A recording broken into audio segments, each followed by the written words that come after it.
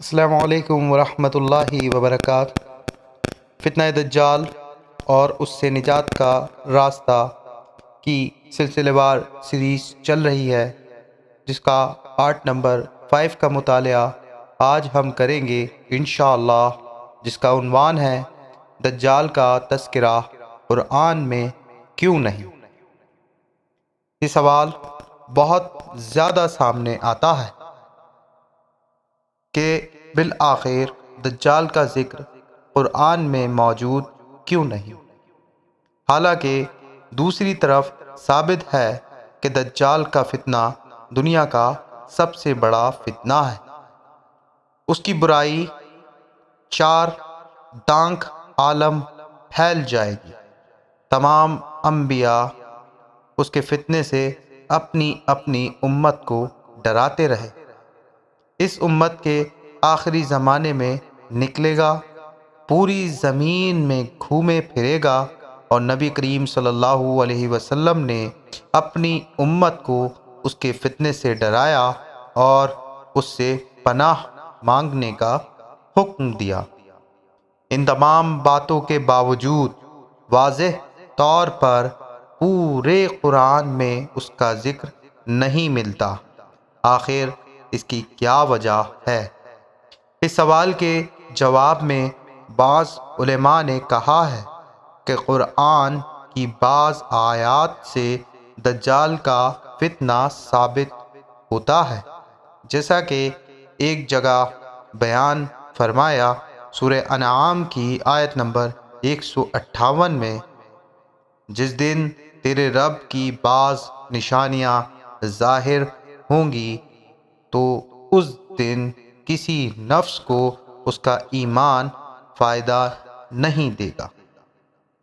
اور حضرت ابو ہریرہ رضی اللہ عنہ سے مروی ایک حدیث میں ہے کہ رسول اللہ صلی اللہ علیہ وسلم نے فرمایا، جب تین چیزیں ظاہر ہوں گی تو کسی ایسے شخص کو اس کا ایمان فائدہ نہیں دے گا جو اس سے پہلے ایمان نہ لایا ہو: دجال، دابۃ الارض، اور سورج کا مغرب سے طلوع ہونا۔ ترمذی حدیث نمبر 3082۔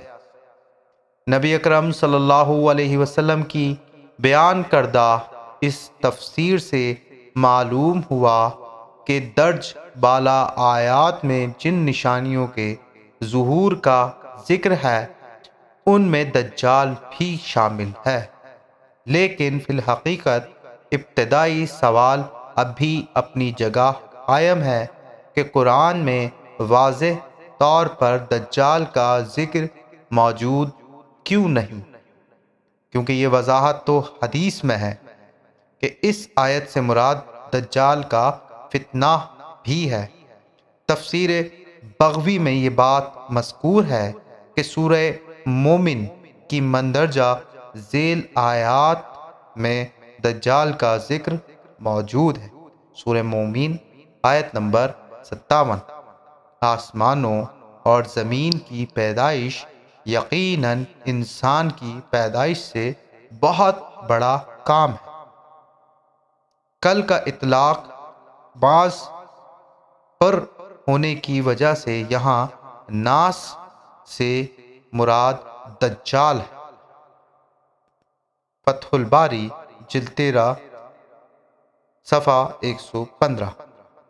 مگر یہ آیت بھی گزشتہ سوال کے جواب میں کافی نہیں، اور واقعتاً یہ ایک اہم سوال ہے، کیونکہ فرعون اور یاجوج ماجوج وغیرہ جیسے فتنے جو دجال سے ادنیٰ درجے کے ہیں، جب ان کا ذکر قرآن میں موجود ہے تو دجال جو سب سے بڑا فتنہ ہے اس کا ذکر کیوں موجود نہیں؟ ہمارے علم کے مطابق اس بات کی حقیقی علم اللہ تبارک و تعالی کے پاس ہی ہے کہ اس نے دجال کا ذکر قرآن میں کیوں نہیں کیا۔ حافظ ابن حجر رحمۃ اللہ علیہ نے بھی اس مسئلے پر بحث کرتے ہوئے آخر میں یہی بیان کیا ہے، والعلم عند اللہ تعالی، اس کا حقیقی علم اللہ ہی کے پاس ہے۔ فتح الباری جلد 13 صفحہ 115۔ تاہم غور و خوض سے بعد جو حکمت ظاہر ہوتی ہے وہ یہ ہے کہ حدیث کی اہمیت کو اجاگر کرنے کے لیے اللہ تعالی نے بعض نہایت اہم معاملات کا ذکر قرآن میں نہیں کیا، بلکہ ان کا تذکرہ حدیث نبوی صلی اللہ علیہ وسلم میں ملتا ہے۔ ان معاملات میں صرف دجال ہی کا مسئلہ نہیں بلکہ کئی دیگر مسائل بھی ہیں، جیسا کہ غیر شادی شدہ زانی کے لیے قرآن میں 100 کوڑے کی سزا تو موجود ہے، لیکن 1 سال جلا وطنی کی سزا موجود نہیں۔ یہ صرف حدیث سے ثابت ہے۔ حضرت زید بن خالد رضی اللہ عنہ سے مروی روایت میں ہے کہ رسول اللہ صلی اللہ علیہ وسلم نے غیر شادی شدہ زانی کے متعلق حکم دیا کہ اسے 100 کوڑے لگائے جائیں اور 1 سال کے لیے جلا وطن کر دیا جائے۔ بخاری حدیث نمبر 6831۔ اسی طرح شادی شدہ زانی کے لیے رجم کی سزا بھی قرآن میں موجود نہیں بلکہ صرف حدیث میں موجود ہے، اور نبی اکرم صلی اللہ علیہ وسلم کے عمل سے بھی ثابت ہے کہ آپ صلی اللہ علیہ وسلم نے شادی شدہ زانیوں کو رجم کرایا۔ صحیح مسلم حدیث نمبر 1690، ابو داؤد حدیث نمبر 4416، ترمذی حدیث نمبر 1434، ابن ماجہ حدیث نمبر 2549، صحیح بخاری حدیث نمبر 6835۔